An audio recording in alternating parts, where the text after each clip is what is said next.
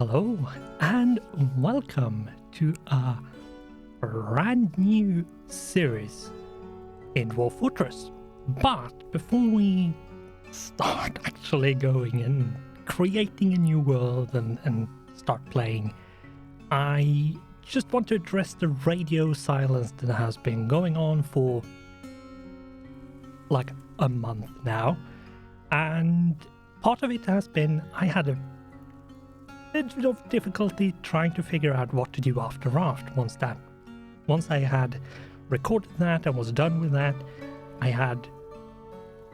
took me a bit of time to figure out what I wanted to do and what I could be doing.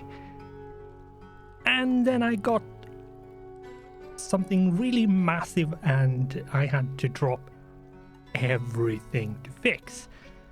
Dropped in my lap out of seemingly nowhere, sadly. So yeah, I've been dealing with probably for like a week or two dealing with that as well.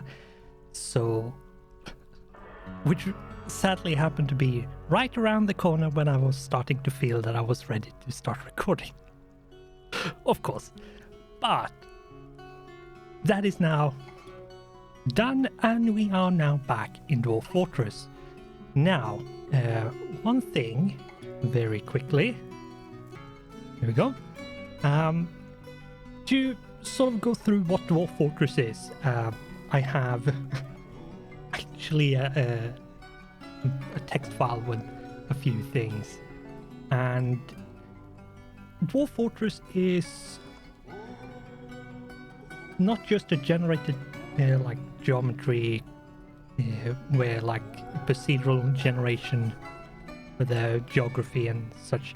It's a whole simulated world, and it generates rise and fall of civilizations, personalities, cultures, creatures, etc. Basically anything you can imagine it simulates. And yeah, it's a lifetime living project created and updated since 2003. And as they say, with no end in sight. And it is something you generate your unique world and manage a bustling colony of dwarves. Even as they probably mine towards their eventual demise.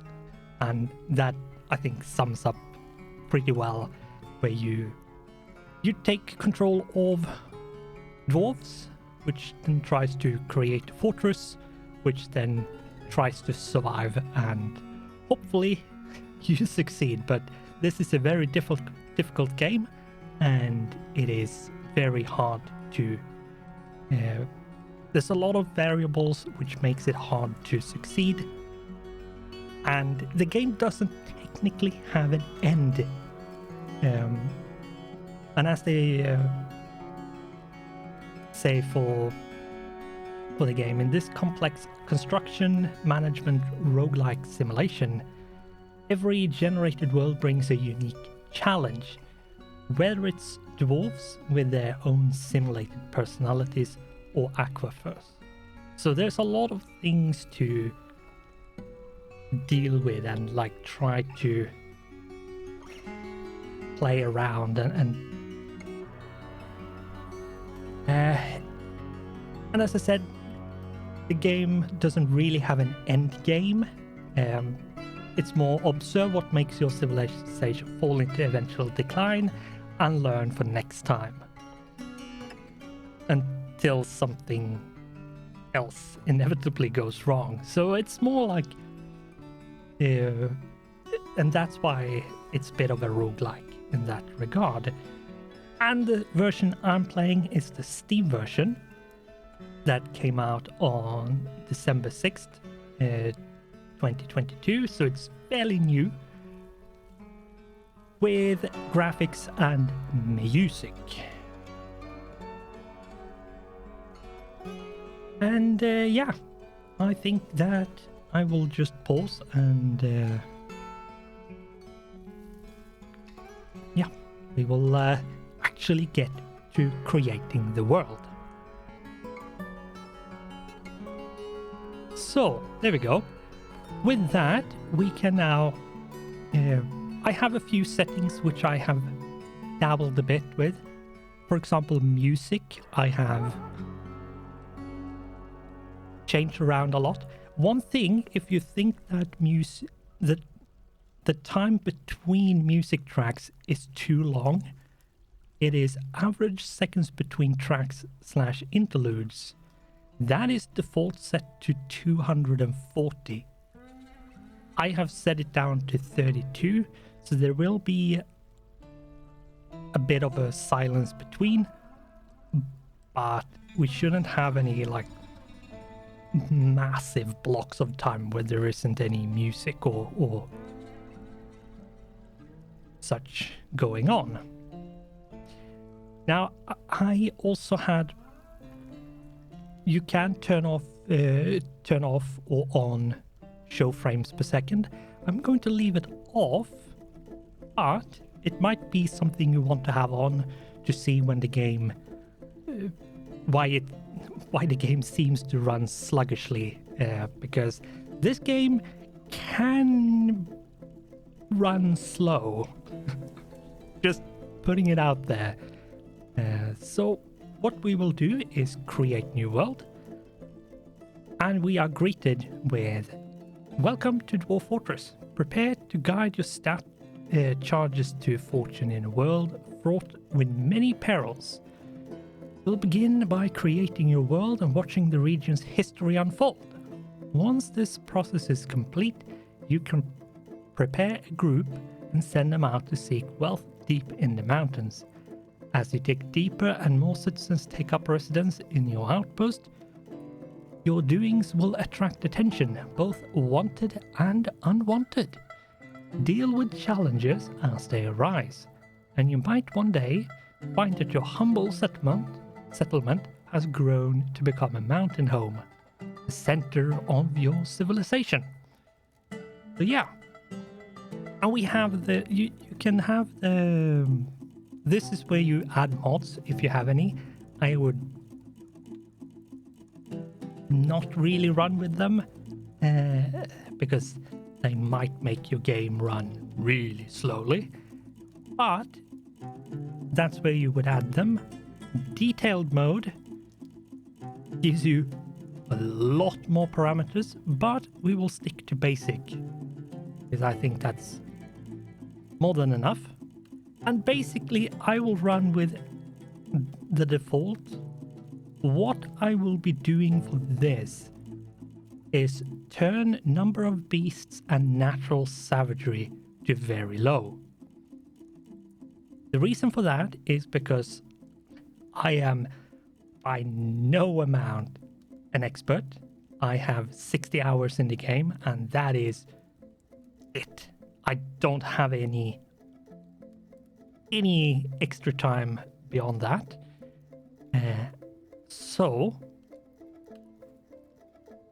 And the reason why I do this is because I want to limit the amount of parameters that can make it go, like variables and such, that can make it go wrong and end the fortress.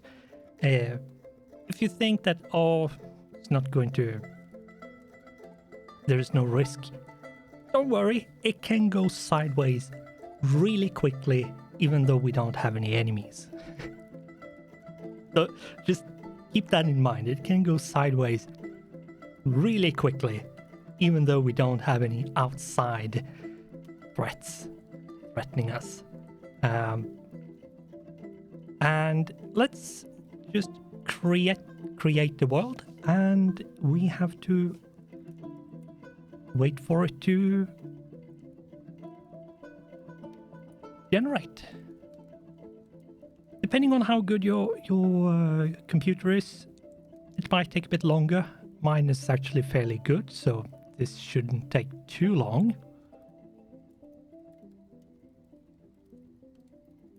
And now it's simulating. So this is what it does. It generates a world and it simulates history. and rise and fall of settlements and such to the designated time you have set for it to generate to. So it rejected 2 generations. So if a world is not diverse enough, it just flat out tries again and see if it succeeds. And once it has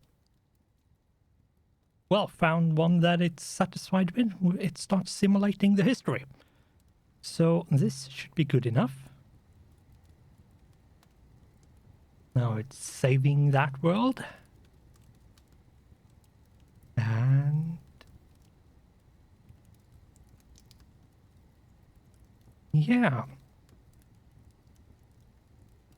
The goal for this playthrough is going to be sort of more of a let's learn kind of thing.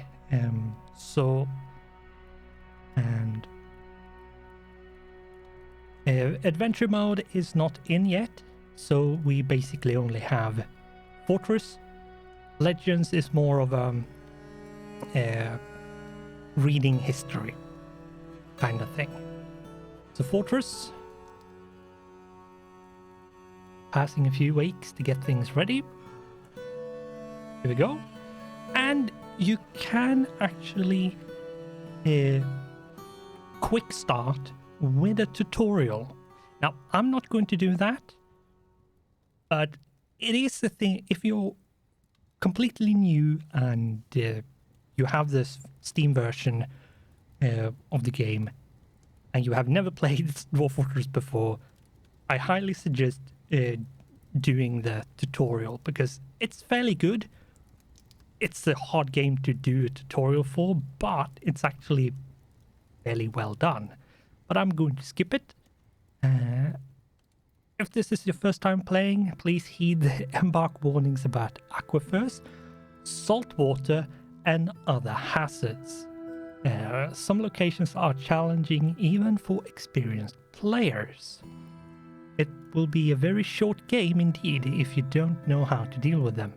Yes, and that's something we will. After you embark, help is available by pressing the help button in the top right corner, including all of the tutorials. Yeah, so you can access all the tutorials even though. So, how do we navigate this world, like this world map view? Well, with the WASD, we can move around. It's not a smooth camera motion, it's more moving in a grid pattern, but we can move around and take a look. It's fairly big, and if you left mouse click somewhere, we zoom in, and if we, as you can see here, right click to zoom out again.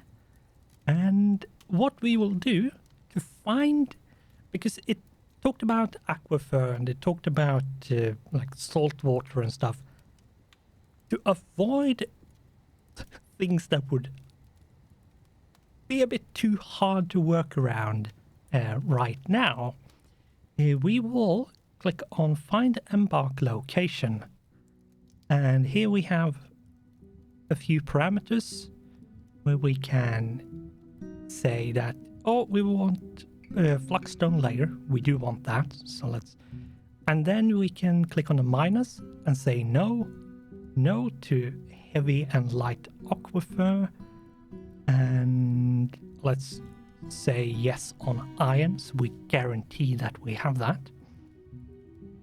And let's add a river as well, but everything else is just, if it's there, it's there. And we click begin, and it starts scanning the whole world. As you can see on the left, where the yellow is going over, it's basically scanning the whole world with the parameters we have set. And the green, as you can see in the middle there, is areas which is satisfied, like satisfies the criteria we have set in the search. So this will take a bit of time, so I will talk about sort of the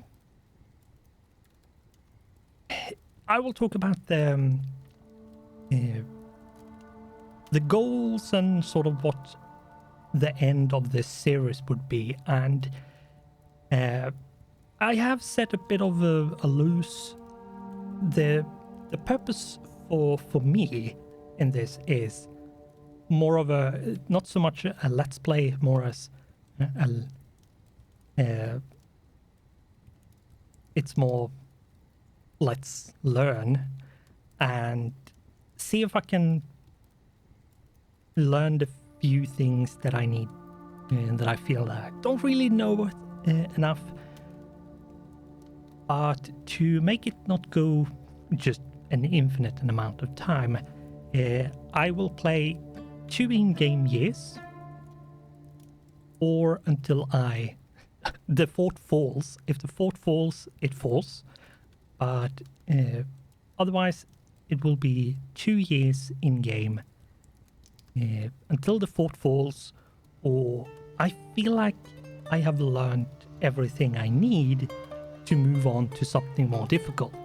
So that's sort of the idea. And it has now finished scanning, so what we can do is right click to close that, and if we just leave it as is, you could click clear find results and it will clear everything, but you would have to know where to go and like where to settle. You would need to probably do a search again. So we don't want to click that, but you could do it if you realize that, oh no, I missed something, or no, this wasn't really any good. So I think,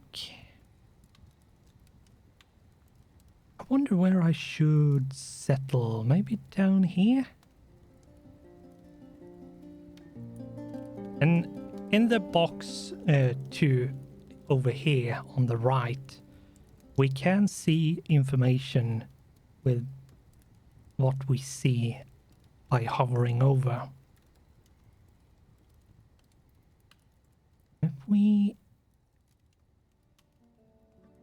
If we go in here,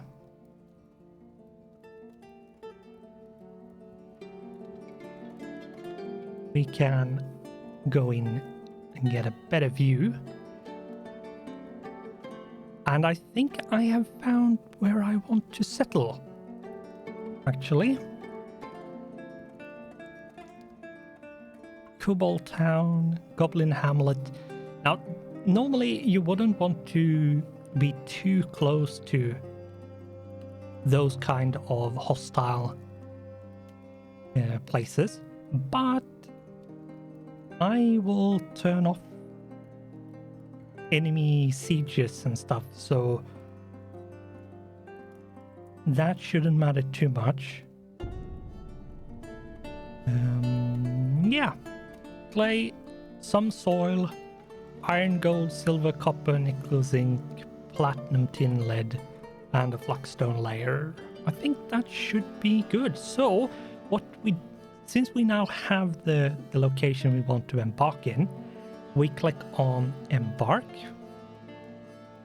and then we get this box that follows the mouse a bit poorly, but still, and we need to put this box exactly over where the green box is, like that. And then you left click and you get to this screen. And here you can do a bunch of stuff. You can do prepare for the journey carefully, and at that point you choose your skills, equipment, animals, everything is whatever you want it to be. I will just click on play now, because that basically starts with everything you need with default skills, equipment, and animals, which is good enough. And that is also what you start with if you started playing with a tutorial. But one thing that I will do is set enemies to off. And if we go in here on custom settings, you can tweak a lot of things.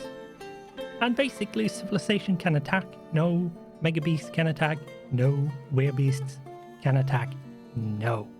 Curious wilderness creatures can come to cause trouble, no. So off basically means everything that could cause you trouble externally, that isn't just your dwarves and the animals there, is turned off. So with that, we will, yeah, so off, normal, that is fine, and yeah, so play now. And now, should be preparing. And here we are. A dwarven outpost, you have arrived after a journey from the mountain homes into the forbidding wilderness beyond. Your harsh trek has finally ended. Your party of 7 is to make an outpost for the glory of all of Eta Gathol. Uses a lot of weird symbols at times, considering the English language. For me, that A is not weird, but there are almost no supplies left.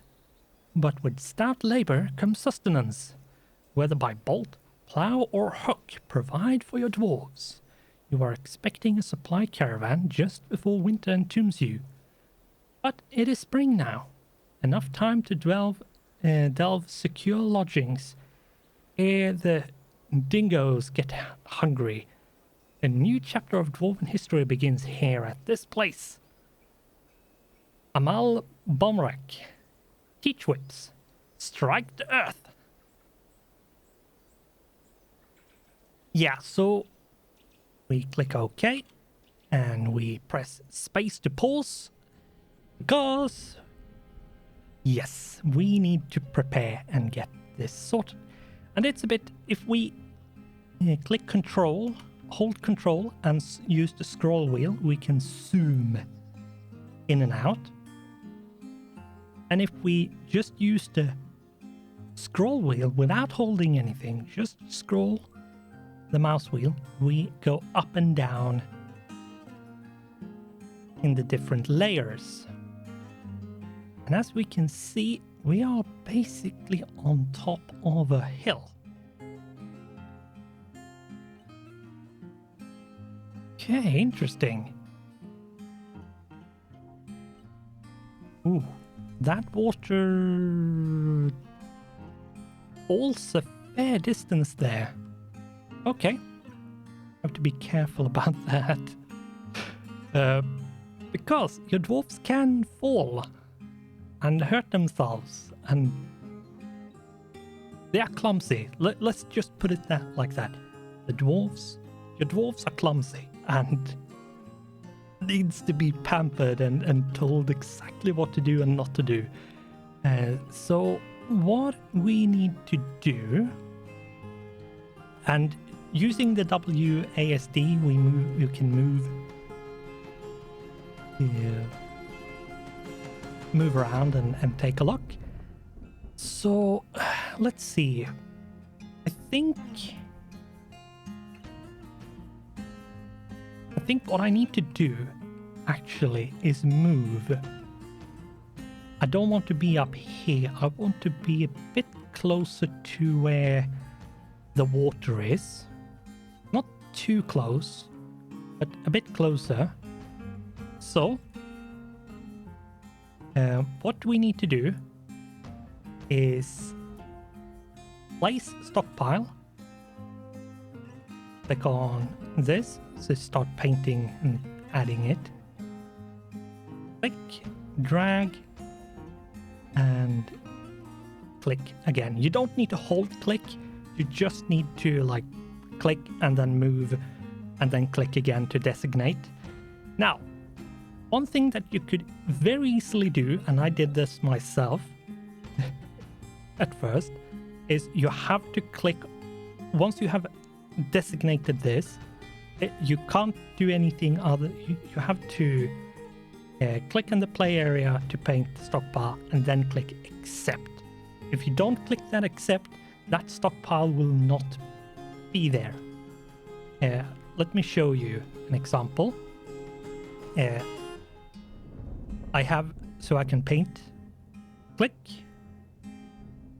drag out, click, and I will right click to exit. Boom, it's gone. So you have to click that accept if you want it to be. Now, if you make a mistake or something, or you don't want it to be there anymore, because you make a mistake, you can just right click and it will reset. But for now, we will click all. We will set it to take everything. Right click to go back, and let's set. And we have this is to chop trees, and basically designate the same way. You click where you can box select, and you do the box selection the same way as you set the stockpile. So let's open up the advanced options. That way we can have the priorities as well. And what I want to do is sort of let's zoom in a bit, is to make a stairs down, because we could technically speaking build on top, but we don't really want to do that. So we will go down, and the way you do this exactly the same, but once you have this drawn out here, without clicking again, we have clicked, just to show here, we click the stairwell, left click, there we go, and drag out to how big, like how many stairs we want to make. I want to make 4, like this, and then we start scrolling down to wherever we want it to go. Let's say elevation 20, as you can see in the minimap on the top right. So let's do that. And that's where we click the second time to set the designation. And all of a sudden we have a stairwell going down. Right click to deselect, and let's watch our dwarves start moving. And they will move everything from this wagon up here, which you start with. You always start with that. And it will they will move everything down here until it's empty. One thing that we want to do first, here they talk about zones.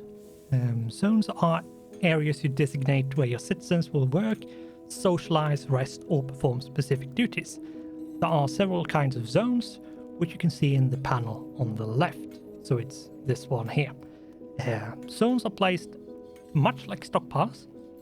Unlike stockpiles, multiple zones can overlap. Certain zones, like bedrooms, can be placed several at a time. Just make sure you have the correct furniture placed in the rooms, with doors or vertical entries separating each room before you begin.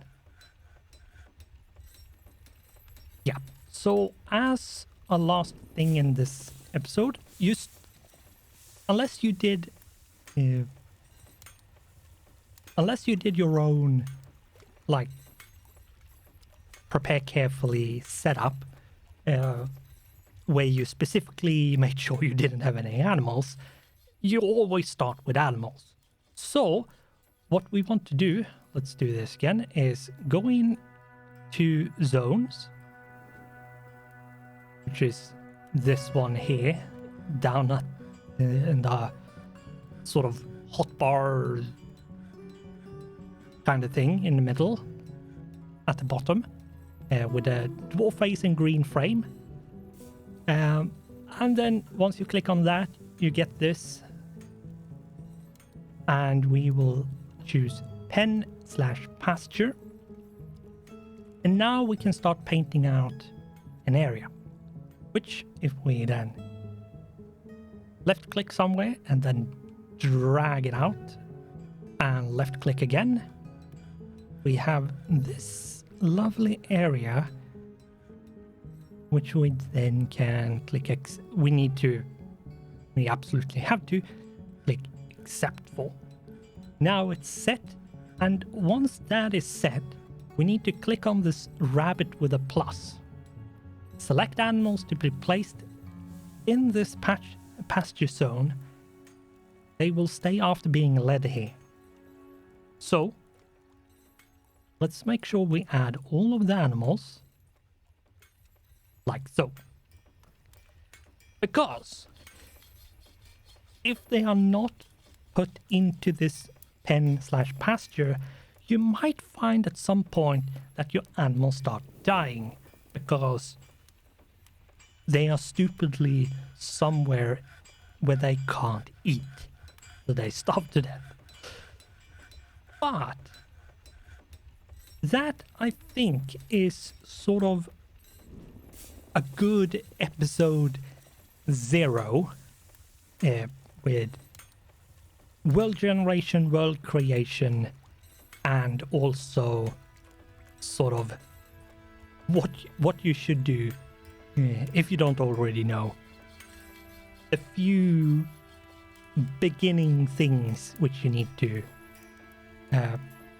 and it's basically one stockpile, one pen for your animals, and then it's basically just to get started moving everything into the stockpile and start making a place down in the dark depths, which begins with doing a staircase just straight down at a good place.